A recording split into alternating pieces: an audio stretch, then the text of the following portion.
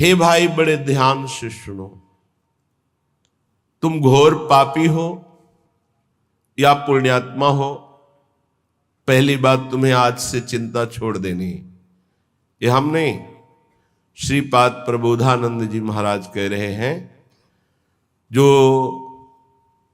परम गूढ़ तत्व ब्रह्म तत्व का बोध प्राप्त किए हैं और उससे भी आगे गूढ़ तत्व प्रेम उसको प्राप्त किए हुए हैं। बड़े अद्भुत महापुरुष जो ज्ञान की चरम सीमा और प्रेम की चरम सीमा दोनों को छू रहे हैं।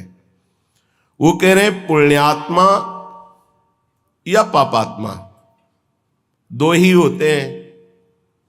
तुम कोई भी हो, चिंता छोड़ो। पापात्मा पुण्यवान वा, ध्यान दोगे तो निश्चिंत निर्भय निशोक हो जाओगे। ये साधना और श्रवण दोनों में अंतर है। श्रवण से जो श्री कृष्ण प्रेम प्राप्त होता है वो साधना से नहीं होता। साधना मथुरा के ब्राह्मण कर रहे हैं और श्रवण मथुरा के ब्राह्मणों की पत्नियां कर रही है। भगवत साक्षात्कार उनकी पत्नियों को होता है, अपराध बनता है उनसे, अवहेलना कर देते हैं श्री भगवान के सखाओं की, भगवान की आज्ञा की। बहुत ध्यान से समझना है। ये जो श्लोक है निहाल कर देने वाला है। आप इन्हीं में से कोई होंगे। पापात्मा पुण्यवान वा प्रशरद अपयशाह कीर्तिमान वा, तुम्हारा बहुत यश है या बहुत निंदा हो रही है, बहुत पापी हो या पुण्यात्मा हो। महादुष्प्राप ग्रासोत्स सम्राट समजड़मति सर्व विद्या निधिर्वा, तुम बहुत दरिद्र हो या बड़े वैभवशाली सम्राट हो। बहुत सुंदर बात कहे।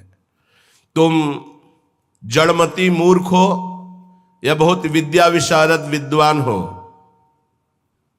तुम कोई भी हो, चिंता छोड़ो। यह को पिस्या सखे, हे मित्र तुम कोई भी हो, नो गणे कथम पीक्षस्व वृंदावनम तच्छिंद छिंद स्वपासान गुरु निगम गिरास्वी मोहैक सिद्धान।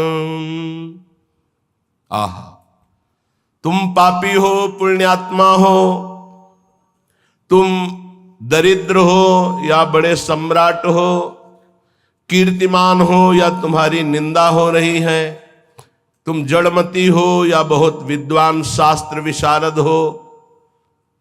अब चिंता मत करो। तुम्हें यदि वृंदावन धाम आने को मिल गया है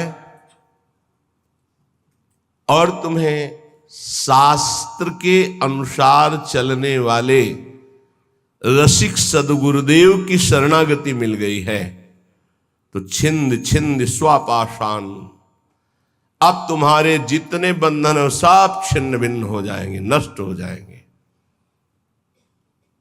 यहां साधन शब्द का प्रयोग नहीं किया। क्यों? क्योंकि साधन असाधनों को मिटाने के लिए जन्म जन्म रगड़ करनी पड़ती है। भगवान आद्य गुरु शंकराचार्य जी ने कहा है कि 1000 जन्म साधना के बाद मुमुक्षता प्रकट होती है। शास्त्र जन्म जब साधना हो तब मैं मुक्त होना चाहता हूं ऐसी इच्छा प्रकट होती है। और भगवत प्रेमी महात्मा का एक क्षण का संग तात स्वर्ग अपवर्ग सुख धरी तुला एक अंग तूलनताय सकल मिल जो सुख लव सत्संग। अगर रसिक संत का संग मिल जाए तो मुमुक्षता नहीं, मोक्ष सुख भी एक पलड़े में रखा जाए, एक पलड़े में सत्संग का सुख, तो बोले मोक्ष हल्का हो जाता है। क्योंकि सत्संग से सीधे प्रेम की प्राप्ति होती है, आत्मरति प्रभुरति। रसिक महापुरुष का हृदय हर समय आनंद की उफान में रहता है। जब आनंद की कमी होती तो दूसरों से सुख लेने की वासना जागृत होती है। जब आनंद की उफान होती तो दूसरों को सुख देने की भावना जागृत होती, जिसे तत्सुख भाव कहते हैं। ये रसिकों में सिद्ध है। ये तत्सुख भाव, सुख देवे को चाव चित, सबसो हित निष्काम, या सुधर्म हरिवंश को नाम गिरा विश्राम। जो निरंतर नाम और वाणी में रत हैं, ऐसे रसिकों के हृदय में करुणा आनंद की उफान आती रहती है। तो कोई चाहे जितना पतित हो या पुण्यात्मा हो, दरिद्र हो या महाराजा हो, विद्वान हो या मूर्ख हो, सबको परम प्रेम प्रदान करने की सामर्थ्य रसिक सदगुरुदेव के चरणों में है। तो जो अपने मोह का छेदन कराना चाहता है, वो गुरुदेव के चरणों का आश्रय लेकर उनकी आज्ञा के अनुसार चले। गुरुदेव कैसे? बोले गुरु निगम गिरास, जो शास्त्र मर्यादा से सिद्ध हुए हैं। मनमानी आचरण करने वाला, शास्त्र विरुद्ध आचरण करने वाला साधक नहीं होता, फिर सिद्ध कैसे हो सकता है? सिद्धों में कुछ दिव्यताएं होती हैं जो समझ के परे होती हैं। वो हमारी मानुषिक बुद्धि नहीं है।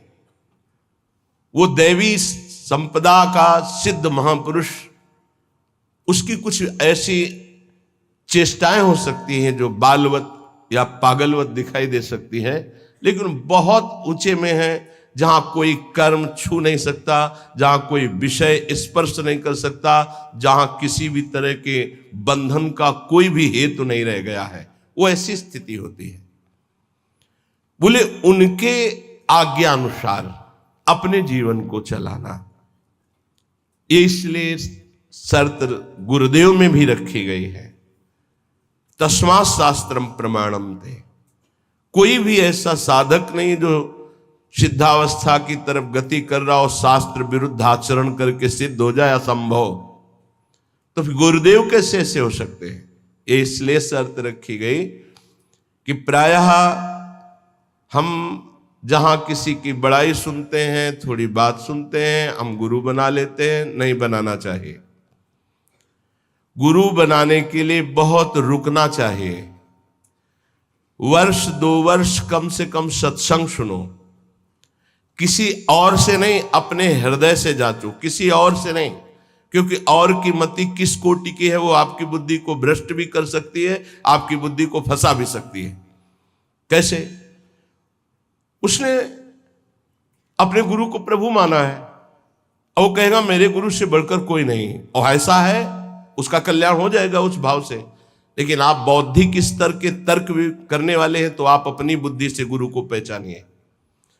कोई कह रहा है कि पाखंड है, ये उसकी बुद्धि का है, आप अपनी बुद्धि से निर्णय कीजिए। किसी की श्रद्धा और किसी की अश्रद्धा से अपने हृदय में कोई फर्क नहीं पड़ना चाहिए। स्वयं निर्णय करना चाहिए भगवान को साक्षी करके कि हे प्रभु सच्चिदानंद, आप मेरे हृदय को जानते हैं और सामने बैठे हुए हृदय को जानते हैं। तो नाथ, मेरे सदगुरुदेव के रूप में आप कहाँ हैं, कौन हैं, मुझे परिचय दीजिए, तो प्रभु आपका संबंध करा देंगे। अभी एकांतिक में एक भक्त ने प्रश्न किया, बोले आपके प्रवचन सुनते हैं तो एकदम विरुद्ध गुरुजी के वचन लगते हैं, गुरुजी के वचन जब सुनते हैं तो आपके विरुद्ध लगते हैं। तो हम कहा निर्णय करो आप कि किसके वचन सत्य हैं। तो बोले जब इधर का सत्संग हम सुनते हैं तो लगता है नहीं, जीवन का लक्ष्य भगवत प्राप्ति, तो गुरु पे अश्रद्धा होती है, मुझे क्या करना चाहिए। साधक फंस जाता है। उसको लगता है, वो खुद बोला, मुझको लगता है यदि मैं शास्त्र विरुद्ध चलता हूं तो जीवन बर्बाद होता है गुरु की बात मान के, और यदि आपकी बात मानता हूं तो गुरु का अपराध लगता है, क्या करूं। नहीं, डरने की जरूरत नहीं।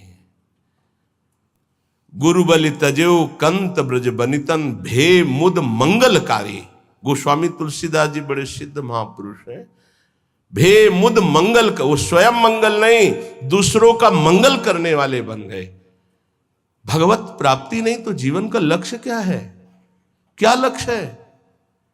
केवल विविध प्रकार के भोग विलासता पूर्ण इस संसार को सत्य मानकर भोगना, नहीं नहीं नहीं, बिल्कुल भुलावा, बिल्कुल भुलावा। हमें भूल भुलैया में नहीं फंसना। कभी कभी माया के पार्षद भगवान के पार्षद का रूप रख करके आते हैं, हमें ठग करके भूल भुलैया में लगा देते हैं। नहीं, सदगुरु भगवान श्री कृष्णचंद्र जो हैं, हम उनसे प्रार्थना